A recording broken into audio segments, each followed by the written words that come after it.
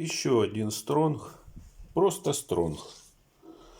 На колпачке написано стронг и все. Никаких опознавательных знаков. И серийного номера ничего нет. Вот такая ручка. Здесь уже замена щеток. Вот они.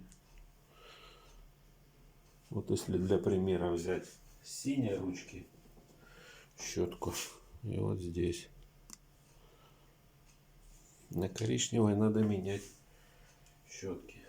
На синей не надо. Ну, чистка, понятное дело. Так, подшипники. Подшипнички. Санги.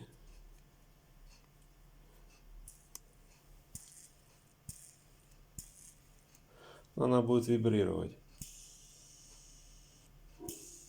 Да, будет вибрация идти с такими подшипниками. Ну, здесь